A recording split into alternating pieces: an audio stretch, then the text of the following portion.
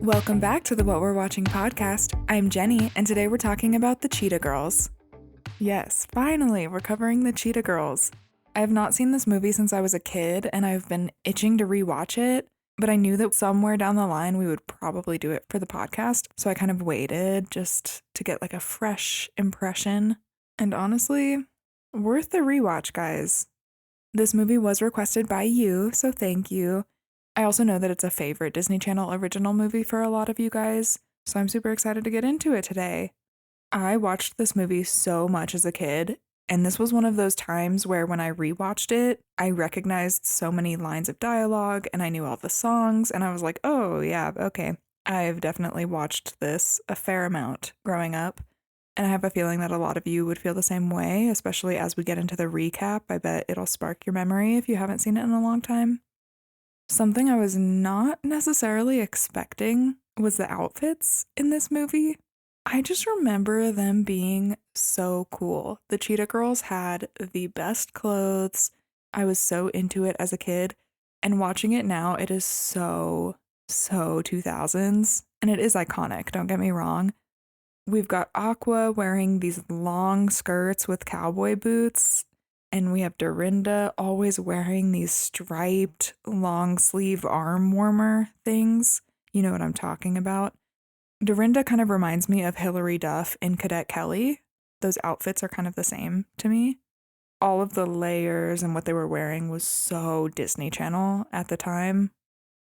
And you know the Disney Channel look. Like there was just a way that they styled people that was not how they actually wore stuff. It was so fun to see all of the costumes. It was very nostalgic.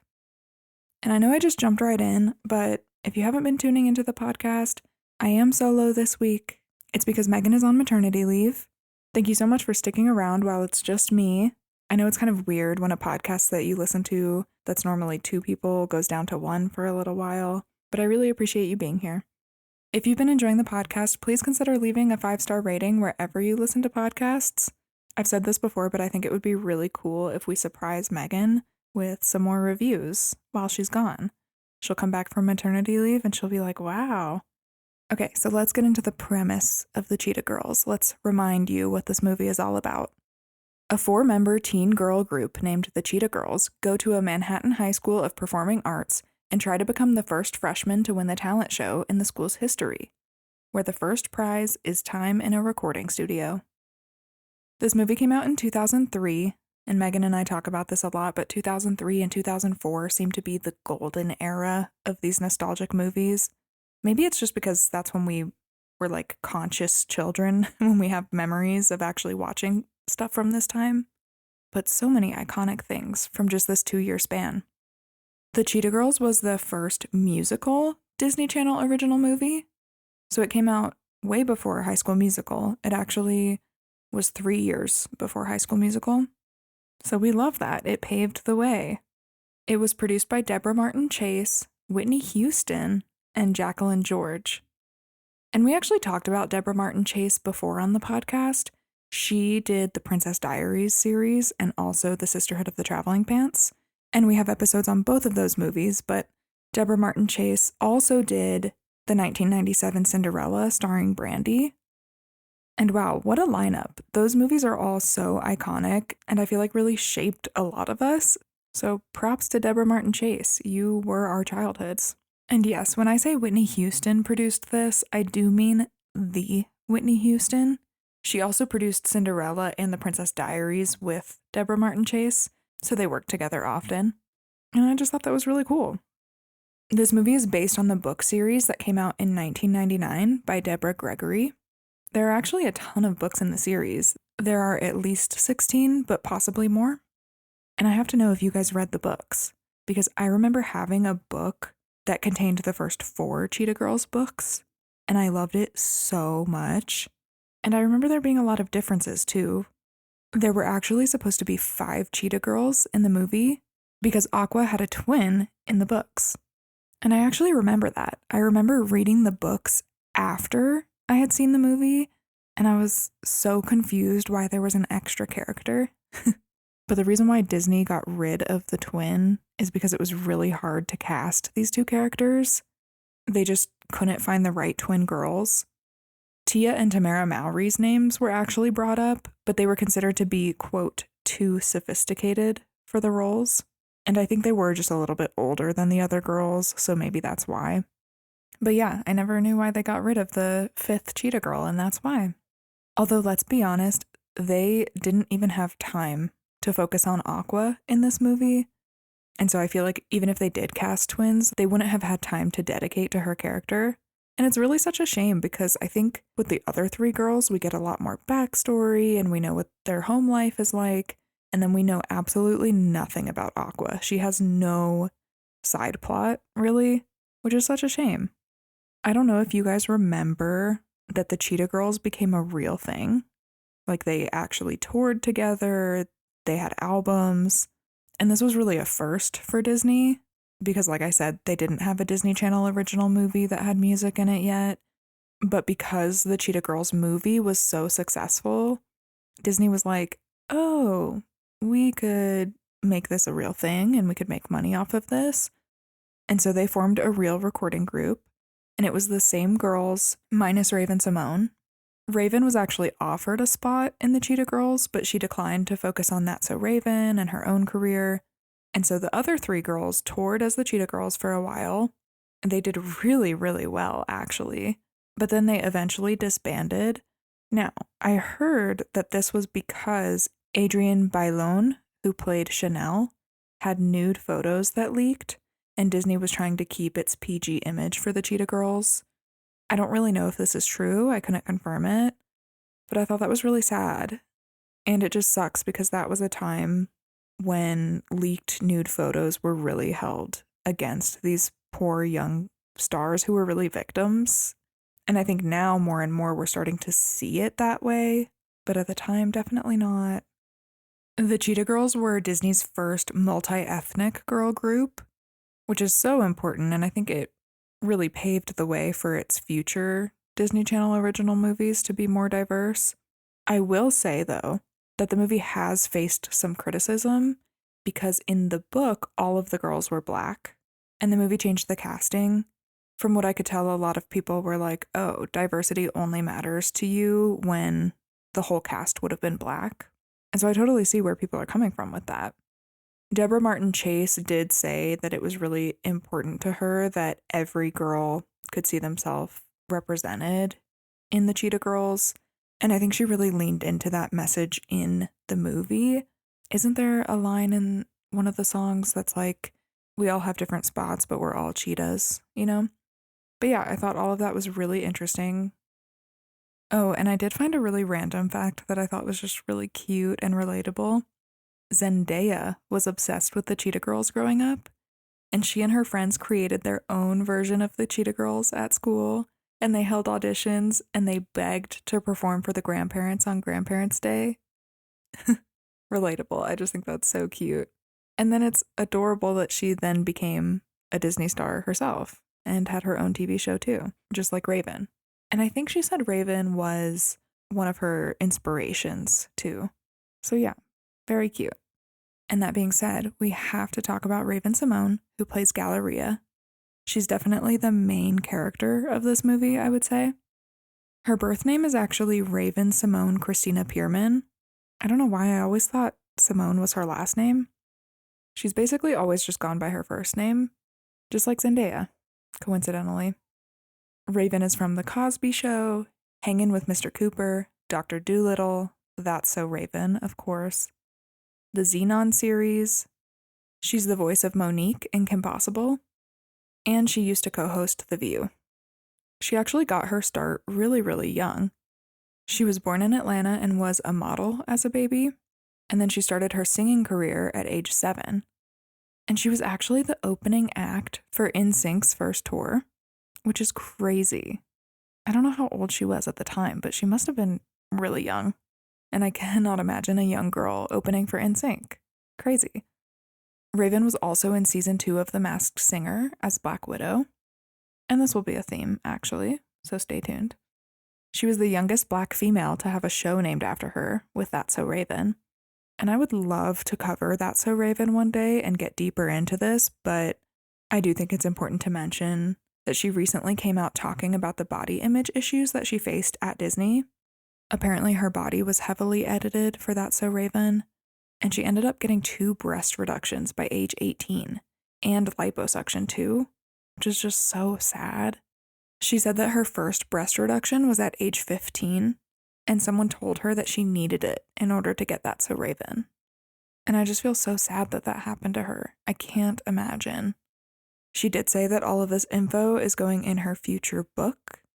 So I hope she's serious. I hope she is writing a book because I think it's important for her to share her story. It is so sad what all of these child actors had to go through in the 90s and early 2000s. Raven has been married to Miranda Madej since 2020, and both have actually hyphenated their names to Pierman Madej. So now Raven is Raven-Symoné Christina Pierman Madej. They both have a podcast together called Tea Time with Raven and Miranda, and I think it's a video podcast on YouTube. In 2024, Raven had an interview with ET about how thankful she was to be a part of the Cheetah Girls and how she loves that it represented girl power and girl community in a time when a lot of the examples from her generation and before that were catty girl friendships and bullying. She said things have changed and girls are more there for each other nowadays, but that just wasn't the case back then. And she calls Cheetah Girls iconic, innovative, and cool. And I agree. She also mentioned that Northwest dressed up as a Cheetah Girl and was like, how does she know about that? And I think that's so funny because I do think that girls nowadays would still really resonate with the Cheetah Girls message, maybe even more so now. And I bet with streaming, with this being on Disney Plus, I bet young girls are watching this. I hope so. Raven also hinted in this interview that she's excited to see the future of the Cheetah Girls. But she wouldn't answer what she meant by that when the interviewer tried to poke deeper at that. Although there is drama that complicates all of this, complicates all the ideas of a potential reunion or reboot. And I will go over that at the end of the episode when we talk about the sequels, because there's a reason why Raven was not in the third Cheetah Girls. But we have to keep going and talk about the rest of the cast. Next, we have Adrienne Bailon Houghton, who plays Chanel. She's from Agent Carter, All You've Got, and That's So Raven as well. I thought this was cool. She was discovered by Ricky Martin in 1999 when she was performing in a church choir at Madison Square Garden. She and Keely Williams, who played Aqua, were actually in a girl group together before the Cheetah Girls called 3LW. I'm not sure if that contributed to them both getting cast in this, but I feel like they must have had some chemistry from that helped them both land these roles. Adrienne dated Rob Kardashian from 2007 to 2009 and was in 8 episodes of Keeping Up with the Kardashians, so you guys may recognize her from that. She's also hosted a bunch of shows in her career, and she competed on The Masked Singer, just like Raven, as the Flamingo in 2019, and she got very far in the competition, which makes sense because she is so talented. She did return to play her character Alana in Raven's Home in 2022, and Raven's Home is the That's So Raven reboot, which I never watched, but if you guys watched it, let me know. I really never heard anything about it, and if it was good or not, but I would love to know. Adrienne is married to Christian music singer Israel Houghton, and they have 1 kid together, plus he has 6 kids from previous relationships. And I recently saw that she posted a video on Instagram with him playing guitar and her singing one of the songs from Cheetah Girls 2, and it was very cute. So they're a little musical family. And then we have Keely Williams, who plays Aqua. She actually originally auditioned for Galleria. And like I said, she was in the girl group 3LW with Adrienne. And there was a 3rd member, and there was some drama with her. And then she ended up leaving, and it was just Keely and Adrienne. And people would joke that they were 2LW instead of 3LW. And now that I say it, I'm thinking maybe this drama is a theme for Keely, because she seems to be involved in a lot of it. But of course, we'll get more into that later on in the episode. It's kind of funny that Keely originally auditioned for Galleria and Raven got that part, because Keely also auditioned for the same role that Raven did in The Cosby Show, and then Raven got that. But they were like very little at the time. I think Raven was 3 when she got that role. Maybe older than that, I'm not sure. But many years later, they were still going for the same parts. When Keeley got married, Sabrina Bryan, who plays Dorinda, was actually her bridesmaid. They're still friends to this day. Keeley actually posts about Sabrina on Instagram all the time, and I love that their friendship has just stood the test of time. It's been 20 plus years since the Cheetah Girls, and they are still going strong. Keeley was actually not the first choice to play Aqua. The person who was originally cast to play the role of Aqua was Solange Knowles, Beyonce's sister, goes without saying, but I'll say it just in case. And I think that's really cool and interesting because the Cheetah Girls were inspired by Destiny's Child, so that's kind of a full circle moment. But Solange actually pulled out of the film to focus on her debut album. And I'm so curious, if Solange had been Aqua, would Aqua have gotten more screen time? Would they have actually developed her character more and shown us some of her home life? I kind of feel like they would have. But I do think that Keeley was just the perfect Aqua. She really had good comedic timing, and she really made the character who she was. And finally, we have Sabrina Bryan, who plays Dorinda. She was in the 5th and 15th seasons of Dancing with the Stars. In 2008, she actually teamed up with the author Julia DeVillers to write the young adult book Princess of Gossip. I kind of love it when actors get into writing books. There's been a lot of those. But I don't remember Princess of Gossip. You guys will have to let me know if you remember that. When Sabrina got married, Keeley was her matron of honor. Cute. And Sabrina now hosts a podcast with Will Friedle. He's from Boy Meets World and My Date with the President's Daughter. And their podcast is called The Magical Rewind Podcast, and they cover Disney Channel original movies. So I think a lot of you would be really into that. But now it's time to cover this Disney Channel original movie ourselves, so let's get into it. The movie opens on 4 girls, Galleria, Chanel, Aqua, and Dorinda, performing Together We Can at a kid's birthday party as the Cheetah Girls. While they're performing, Aqua's boot gets stuck, she falls, and the other girls trip on her, except for Galleria, played by Raven, who keeps dancing. The kids laugh at them, and the girls get nervous that they're not quite ready for the talent show auditions that are tomorrow at school. But overall, they're in pretty good spirits, I would say. Then Galleria and Chanel walk home together, and we find out that they're best friends, and their girl group actually used to just be the 2 of them. They call each other Bubbles and Choo-Chee. And then we see what each girl is doing after their performance. Except for Aqua, we just see her get into a taxi because she doesn't like public transportation. That's pretty much her whole storyline, actually, is her overcoming her fear of public transportation because she's from Texas and she recently moved to New York. Anyway, when you hear the other stories and get reminded, you'll be like, wow, they really did not do much with her character at all. Galleria comes home to her mom, who gets mad at her for coming home late and not walking their dog Toto. She also forgot to tell her mom about a message that a client left for her, and she forgot to pick up capers for her dad for dinner. Galleria tells her parents that when she wins the talent show and gets the prize, which is to record in a real studio, it'll be ka-ching, ka-ching, bling, bling, bling. And basically, they won't have to worry about the chores anymore. They can hire butlers and maids. Her mom says that she supports her plan, but in the meantime, she needs to focus on responsibility, real life, and real chores. Meanwhile, Dorinda is at her job, where she does janitorial work at a community center. And throughout the movie, she's super busy all the time, kind of mysterious, and the girls don't know where she's always running off to. She also lies and tells them that she lives in a fancy building, but we never actually see her go into it. We see her go down the alley next to it, and that will come back later. Chanel comes home to tell her mom about the performance, but her mom is preoccupied preparing for a date with her new French boyfriend. At school the next day, a boy named Derek and his friend make fun of the Cheetah Girls and say, what would they do if they were the Elephant Girls? And they make elephant noises together. Then Derek says his auditions are at 3:30, and they have equipment to set up. Since the Cheetah Girls are on at 3:15, he asks if they'll switch times. Galleria says sure, but even if he auditioned 5 times, he's still gonna lose. Derek says, I respect that, but you know you're still my boo. And it's obvious that they both like each other, even though they have this rivalry going. It's a little enemies to lovers plotline in here. Then it's time for the auditions, and the Cheetah Girls wear all white with cheetah print jackets and bits of their skirt. You remember these outfits, it's very iconic. They sing the song Cinderella. And fun fact, Cinderella was originally recorded by a girl group called I-5 in 2000. So Cinderella is not a Cheetah Girls original song.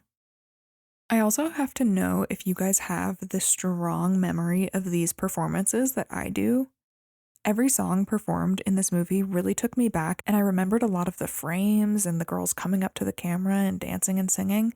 And then I thought, oh my gosh, I think that Disney Channel used to play these little music videos, these little performances from the Cheetah Girls during commercial breaks.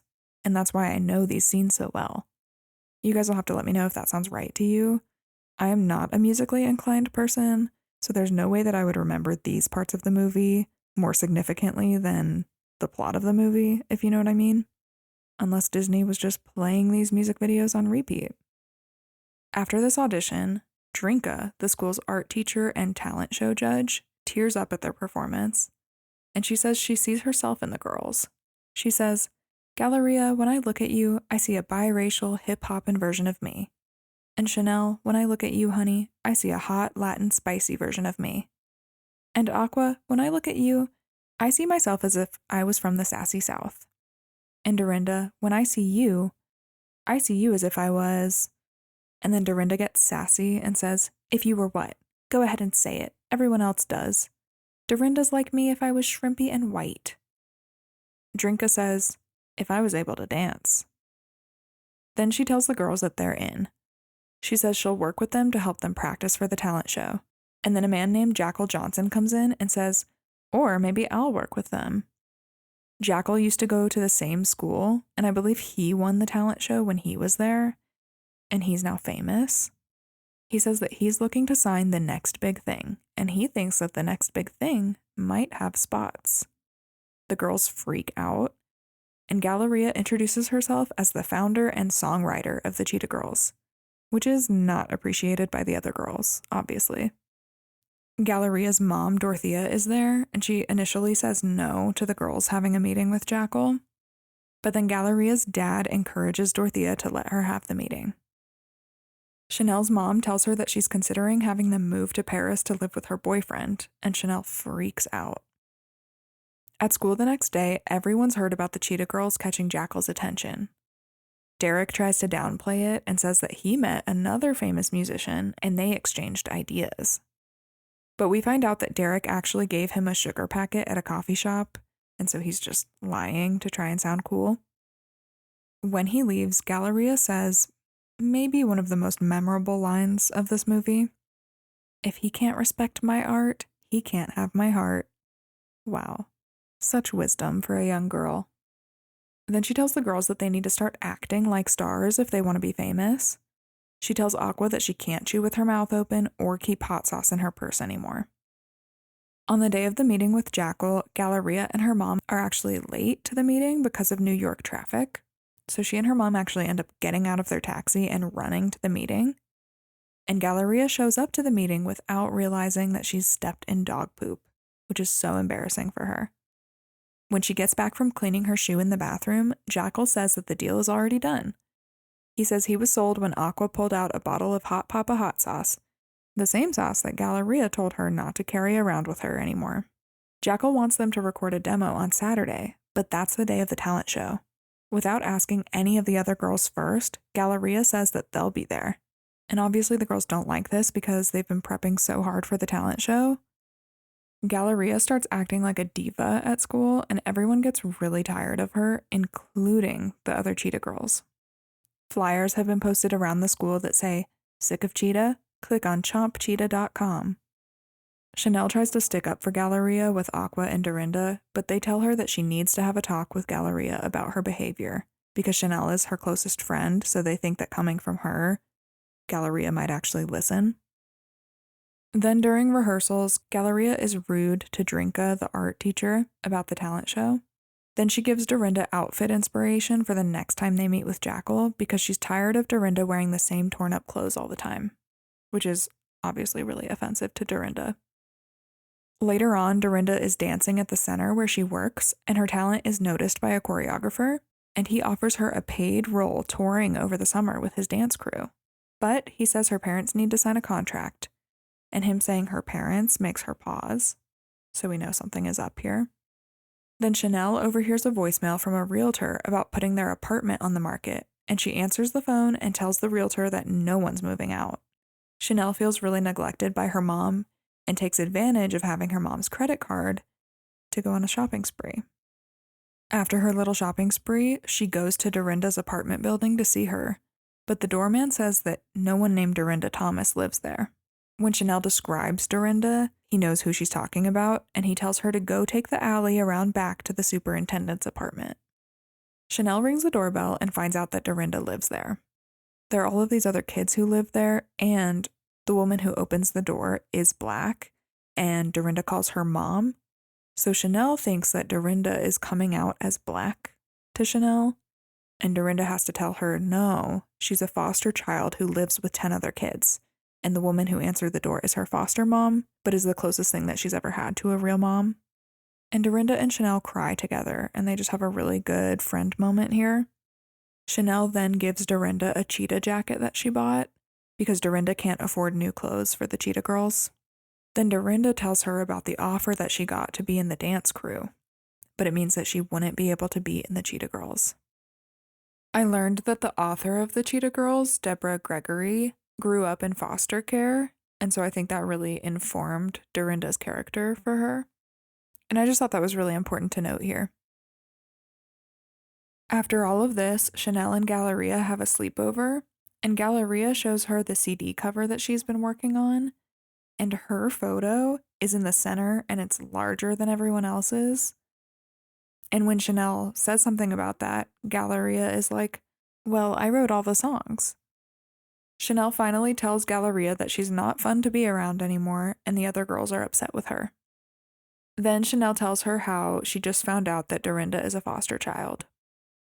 Galleria kind of misses the point of Chanel trying to say that Dorinda really needs friends right now, and instead thinks that the best thing that they can do for Dorinda is make their dreams come true and make money.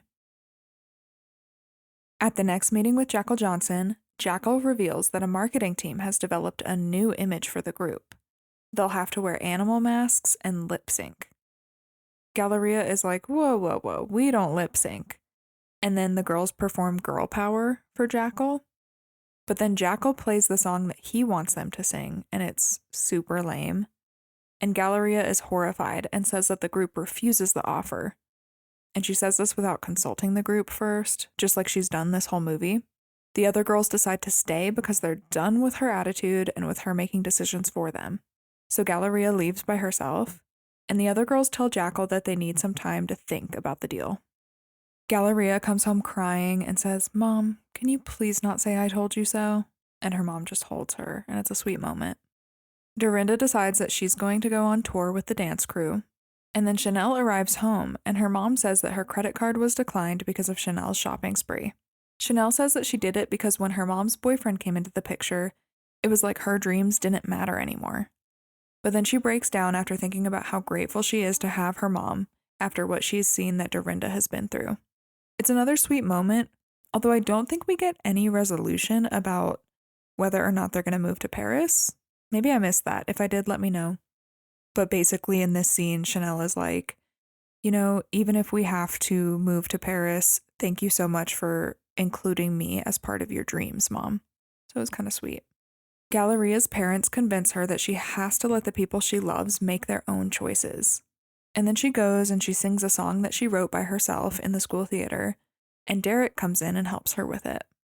On the day of the talent show, Galleria takes Toto for a walk to school to go help Drinka with the show. She's not going to be performing in the talent show, but she just wants to make amends and go help. On her way there, Galleria comes across posters of the masked animal singing group, and she thinks that the girls went ahead and signed the deal without her. Then Toto gets loose and runs through the streets of Manhattan, and he accidentally falls into a manhole.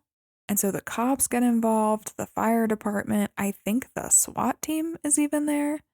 And all of the efforts to save Toto attract a lot of attention, and Traffic is stopped and it's a whole big thing on the news. The other Cheetah Girls see the live news story and they go to help.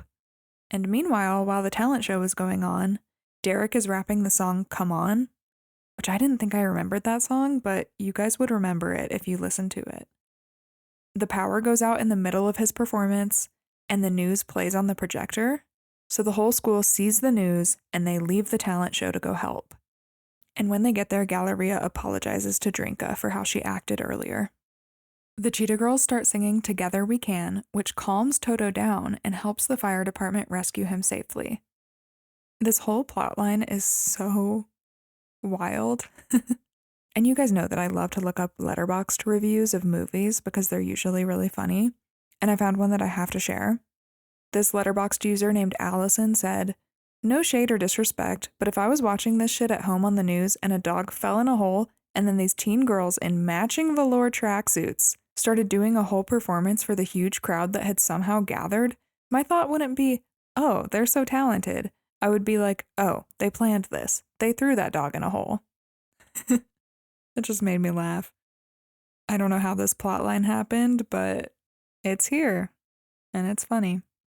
Galleria thinks that after they sing this song together that they're going to be friends again, but after they know that Toto is safe, Aqua, Chanel, and Dorinda leave.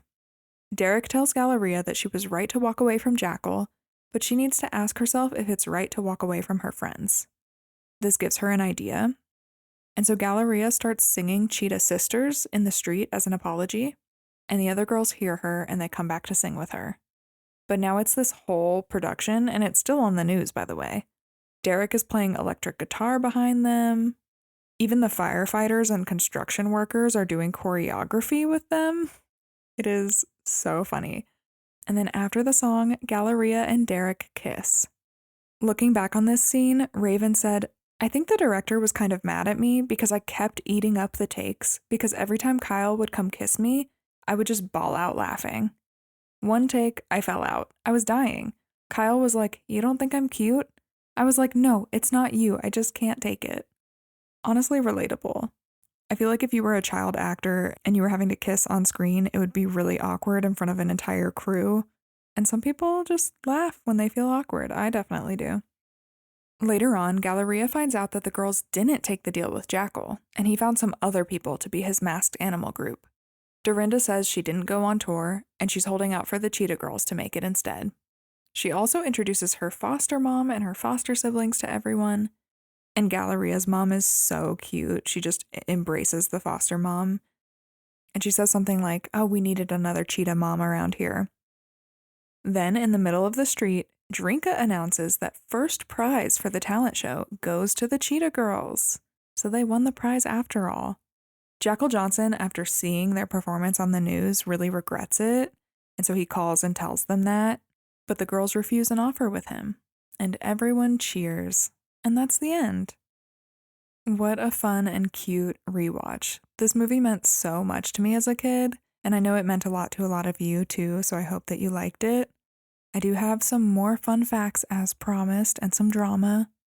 So first I'll say that there was going to be a Cheetah Girls sitcom after the success of this movie, but it never worked out, which is so sad. I feel like it would have made a really good TV show. Then you probably know that there was a Cheetah Girls 2 after this. I believe they go to Barcelona in that one. And then there was a third Cheetah Girls movie called The Cheetah Girls One World, and that movie took place in India. And Raven did not return for this movie. I don't even think I saw this movie as a kid. Maybe I wasn't interested by the time it came out, or maybe because Raven wasn't in it, I no longer cared.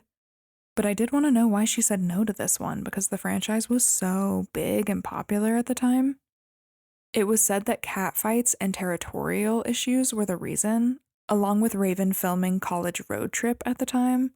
But Raven actually came out and said that she didn't appear in the film because she felt excluded and ostracized on the set of the second film. In 2020, Keely, who played Aqua, and Raven went on Instagram Live, and they kind of hashed it all out together.